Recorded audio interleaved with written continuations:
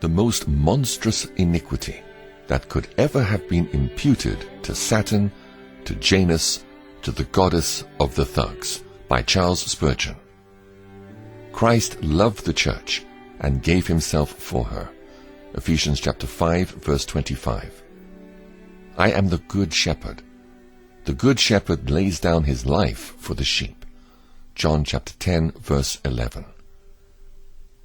If Christ on his cross intended to save every man, then he intended to save those who were eternally lost before he died.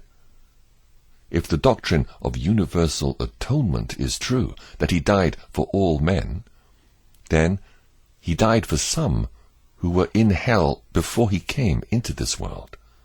For doubtless there were even then myriads there who had been cast away because of their sins.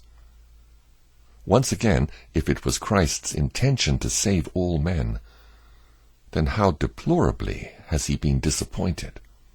For we have his own testimony that there is a lake which burns with fire and brimstone, and into that pit of woe have been cast some of the very persons who, according to the theory of universal redemption, were bought with his blood. That seems to be a conception 1,000 times more repulsive than any of those consequences which are said to be associated with the Christian doctrine of special and particular redemption. To think that my Saviour died for men who were or are in hell seemed a supposition too horrible for me to entertain. To imagine for a moment that he was the substitute for all people, and that God, having first punished the substitute, afterwards punished the sinners themselves, seems to conflict with all of my ideas of divine justice.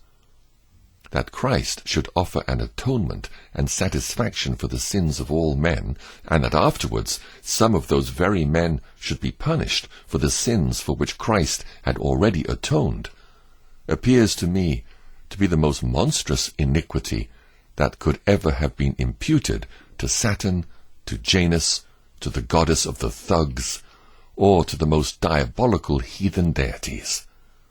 God forbid that we should ever think thus of Jehovah, the just and wise and good. We do not believe that Christ redeemed the damned. We do not believe that he poured out his life blood for souls already in hell. We can never imagine that Christ suffered in the room and stead of all men, and that then afterwards these same men have to suffer for themselves.